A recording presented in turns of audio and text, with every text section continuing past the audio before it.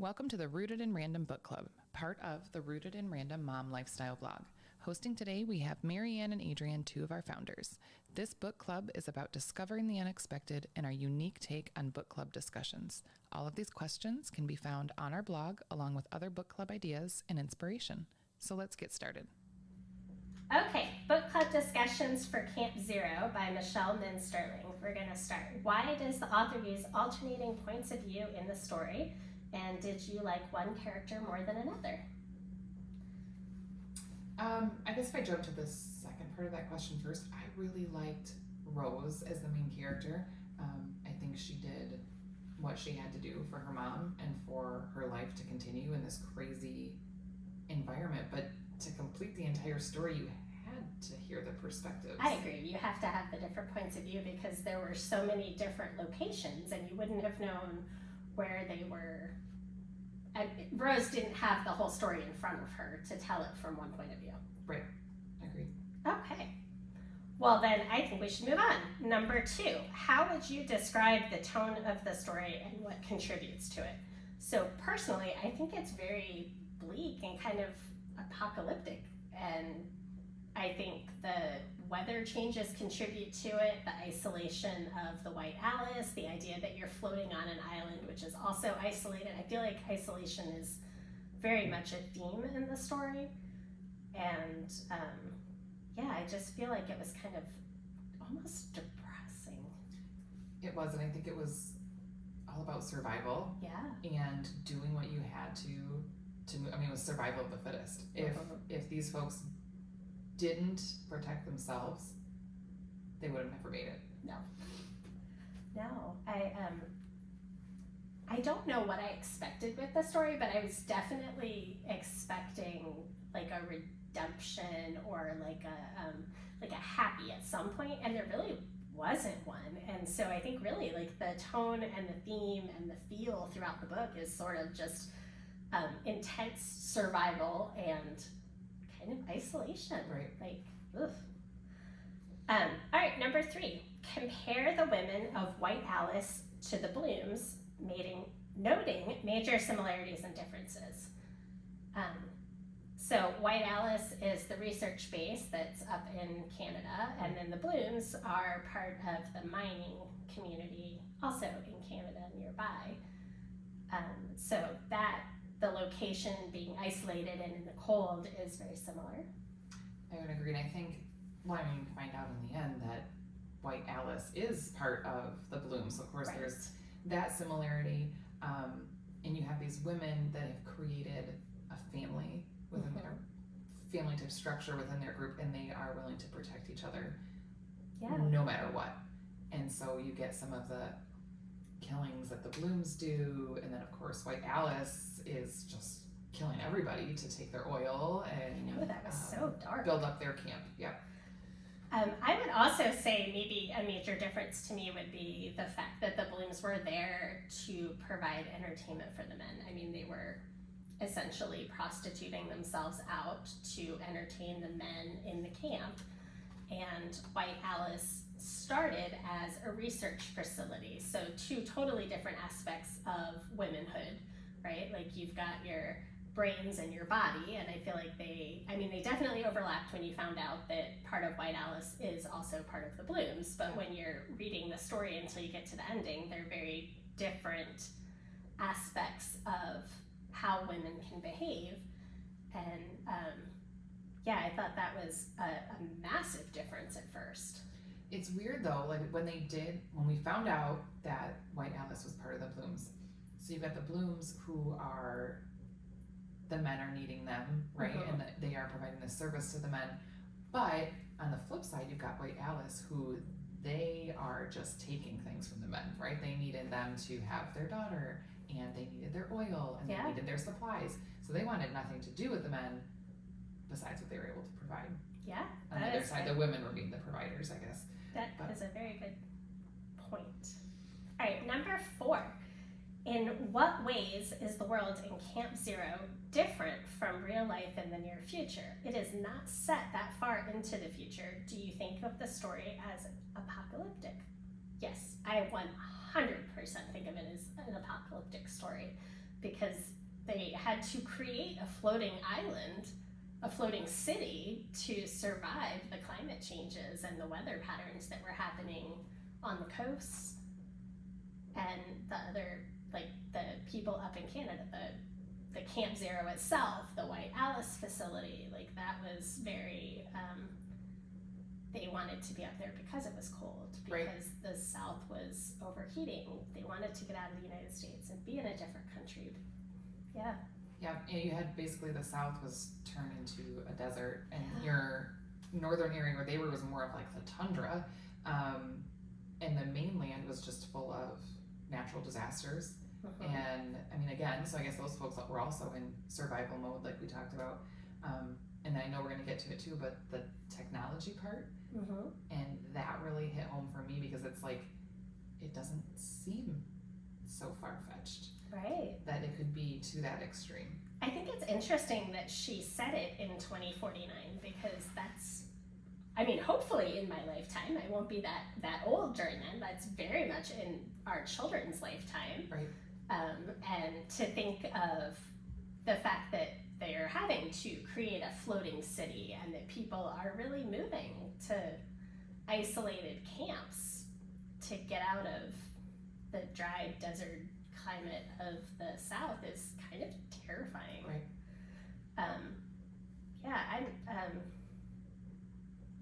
I think of it as apocalyptic for sure.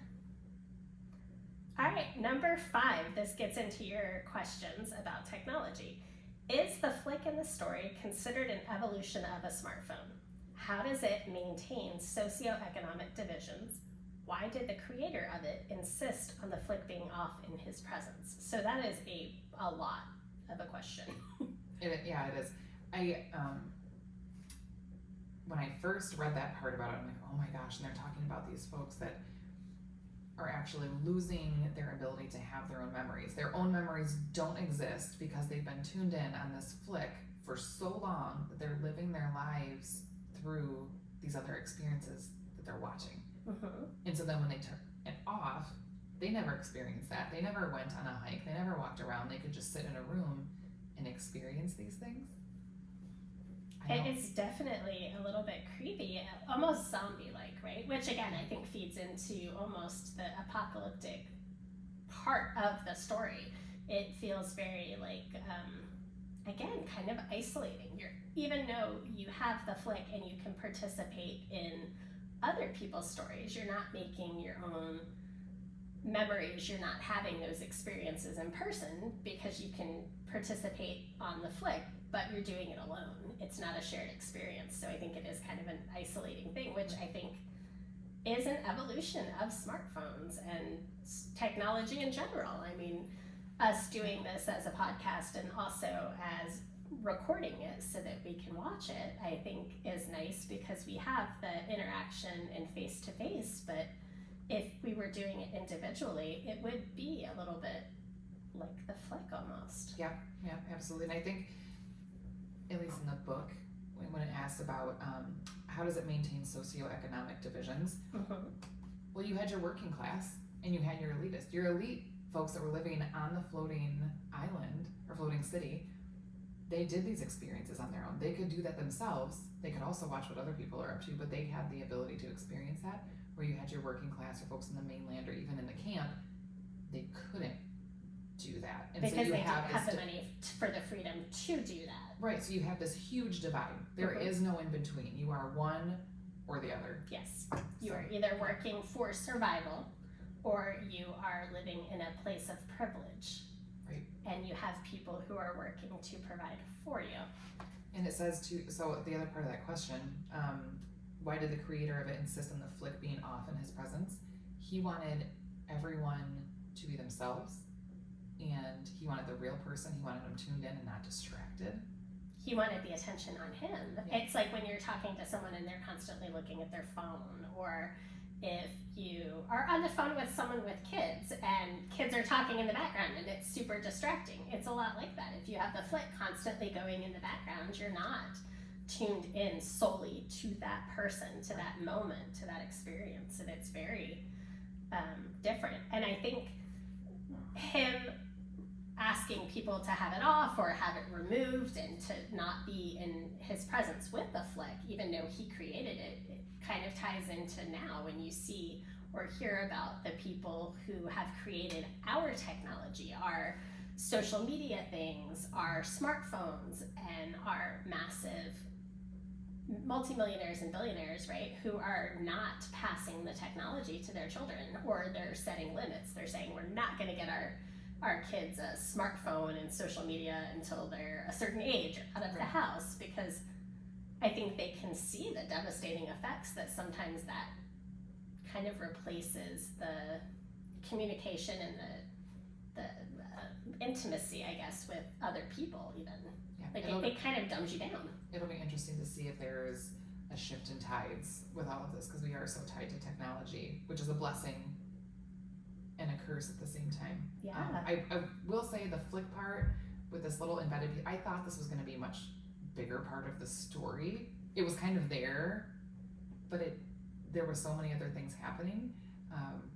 And I know that there's entire books that are written on this kind of concept, but I guess I expected it to have more weight to it in this book. Do you think the fact that it was not as weighty of an element in the book made it more real? Yeah, maybe.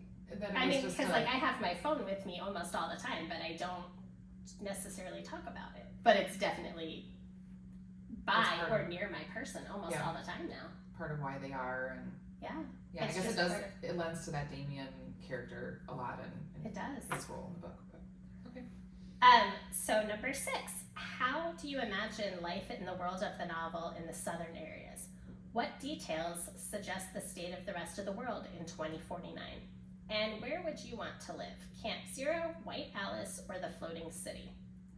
I imagine the southern areas straight up like a desert where nothing is growing, where there's water being secured through rain that may not be happening, and that you, like even now in the summer in drier places, they have water controls. Like you can only water your yard once a week or every other day, or I imagine it being like that, but significantly more extreme. And because no one wants to live on the coast with hurricanes and all of the other issues that are coming with the tides and the weather changes, I feel like it's a desperate place to live. Right. Like it's not like going to the beaches now, because you're worried it's going to wash out with storms, and you're worried that you don't have access to food and water. Like the rich guy who left his girlfriend in their apartment and she died because she couldn't get to anything. Right. Yeah. Like that's very a desperate sense. Rick Grant was that guy. Yeah. But his girlfriend ended up dying because she didn't have access to water and to food, which is a very depressing sense. Well, and I think all of a sudden this environment, natural disasters are like a common thing. This is part of your lifestyle, versus now it's like, okay, maybe every once in a while there is a storm that rolls through, or oh my gosh, in Florida, it's hurricane season. But that hurricane season is not every single day. No. All year long. And tornadoes are not, like the tsunamis, all these things are not every day, but the people have just learned to live with them as part of their daily life. Yeah. The other details that suggest the state of the world, I guess, would be the Americans who are trying to buy up land in Canada because they want to go north. They want to have a place that's safe for their selves. Right. And then the where would you want to live? Camp Zero, White Alice, or the Floating City? I mean, I can totally appreciate the wanting to continue the species and to be on your own and forage and fight for what you want, but I don't want to live like that. I want to say I want to live on the floating city, but also I feel kind of shallow saying that. I think you can have the good people, a humble person who does good things in the floating city. White Alice, to have to like murder and steal and do all of that just to get your oil to sustain your life that you don't really know where it's going, and then you have very little contact with men, so there's how do you procreate, like all the things. I would say the floating city too. Oh, good. We can be Yeah. neighbors. Yeah. Yeah, I don't. I am way too social to live in. I mean, to me, it's like Michigan in winter is isolating enough. So the idea of living in an isolating research lab sounds miserable. It Well, doesn't. In I Camp wouldn't Zero, like it. there's not many rules that they have set aside for women. Women are No. like there for one purpose. That's true. So would I want to subject myself to that, or be like a digger? No. Okay. In So mining? we're gonna live on the floating city together. Yep. Let's be names. Number 7. Who holds ultimate power in Camp Zero, considering the various power dynamics? I feel like the power shifts very often in the camp based on almost even the point of view of who's telling their story. Right, because they're all in their silos. You've got Mhm. Judith with the blooms, and you've got Damien and the flick and all that he has contributed to the camp. You've got Mayor, you've got the foreman. And then you have Barber, who becomes like someone who had lived in Canada his whole life and then ends up, dying anyway. Right. But you have the power, I think, is shifted because at some points it's the blooms have the power because they're able to maybe not. I don't know what the right word I'm looking for is, but with them drinking and just providing entertainment, I Yeah. feel like they're able to control how the day is going to go or how the evening is going to go. Yep, and I think they're seeing these leaders like Mhm. the mayor and others at their most vulnerable state. For sure. When they've let loose, and they do have, their designated blooms of like, this is my girl, but they open up to them. And so they do play an almost like a wife type role, but not. No, because yes. they're still a prostitute, I guess. Yes. And then you have Grant, who comes in and thinks he's going to be a teacher and has all of these grandiose ideas, only to find out that there's not even like a school for him to teach in. So he comes in and then he thinks he's done all of this on his own, but turns out the mayor only hired him because of his family. Yeah. And I feel like the power shift changes a lot. I would agree. Yeah. And on the Grant thing too, I think it's really interesting how he escaped this elitist lifestyle with his family and the generation after generation of leaders. Mm-hmm. But he traded it off for what? Yeah. I mean, I think that he had this grand idea in his head and he really didn't.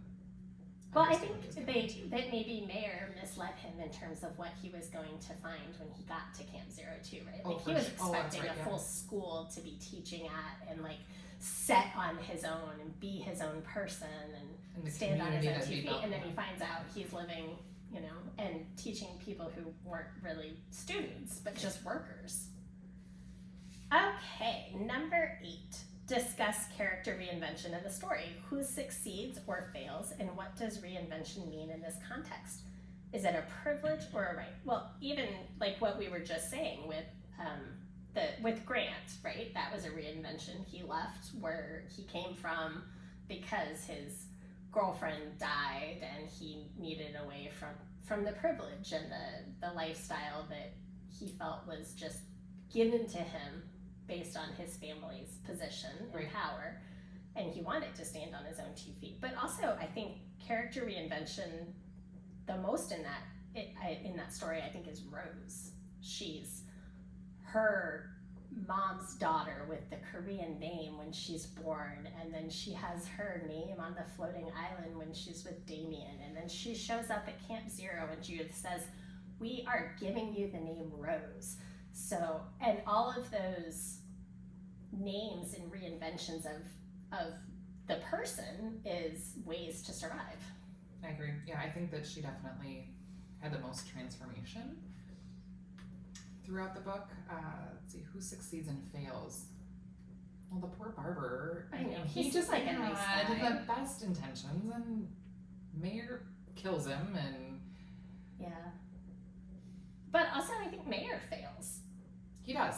I mean, he fails at having the school for Grant. He fails at extracting this mineral that they're hoping to find. He fails at lots of things, right? And I feel like he has grandiose plans, but there's very little follow through, which Right. is He a can character execute. reinvention, but also a way of him failing. Right.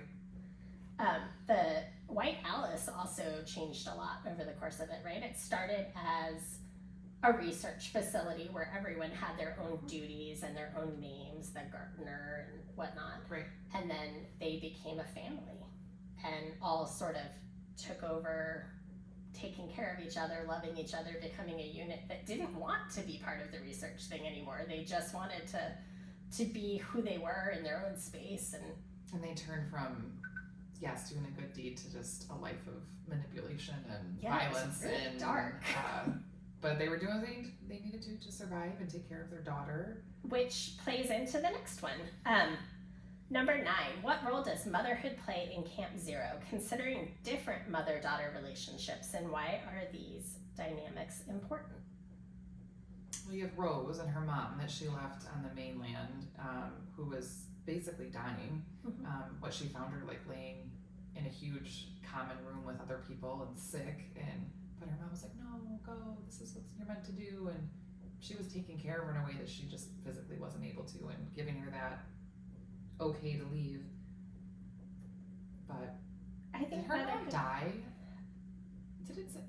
No, it left it very open-ended at Okay. the end of the book. I think there's room for a sequel. Yeah.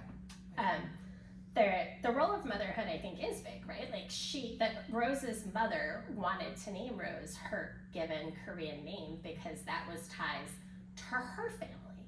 And then you had Rose's dad's family who was upset that she was not given an Americanized Right, name. traditional. So that was like a motherhood role. You had Judith as a mother role for the Blooms because she acted as the madam. But also she kind of had that role at White Alice too, where she was kind of like the go-getter and the one in charge there. And I feel like that was sort of the motherly type position, even though after the daughter was born, they all kind of took on that motherhood role together because there's no other men, so there's no other way for them to have multiple kids. But yeah, I think motherhood and the changing relationships is a good massive thing in the story. And they kind of left it open with, so Rose was living with Mayor, right, in the end, and so you kind of wonder, like, is she gonna become a mom in that type of setting? And Explore the significance of the characters using pseudonyms or being renamed, and are the reasons similar for male and female characters. And again, I feel like the reason I just kind of segued into that was Rose and her names were different things, right? Like that was a reinvention of her when she was given different names. And it was sort of the reinvention of everyone, right? Like the barber had a name, but you knew him for most of the story as the barber. You knew of Grant as the teacher, the rich guy, they all had their names kind of coincided with the job that they did. their roles Yeah.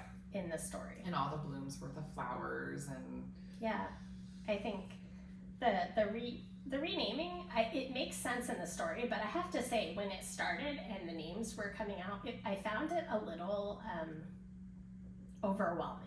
Like all the different names at first, it took me a while to get into it because it was different points of view and different names right. to feel cohesive for me, and it definitely came together as a cohesive story for me.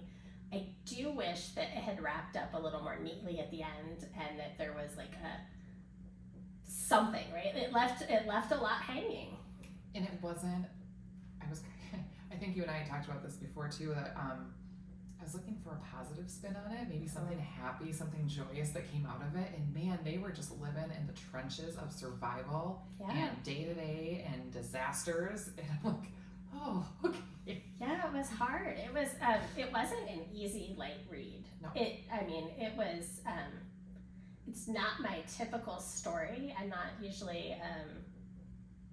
I don't even know what you would call it. Almost like a thriller. I kind of typically like thrillers, but almost science fiction-y. And suspenseful. Yeah. So yeah, it wasn't my typical chosen book. I liked it that it was outside of the norm for me, but it definitely, it was a kind of a dark, depressing read. But the topics in it are good. I think it's good for discussion. It was Oh, really yeah, thought great provoking. book club book.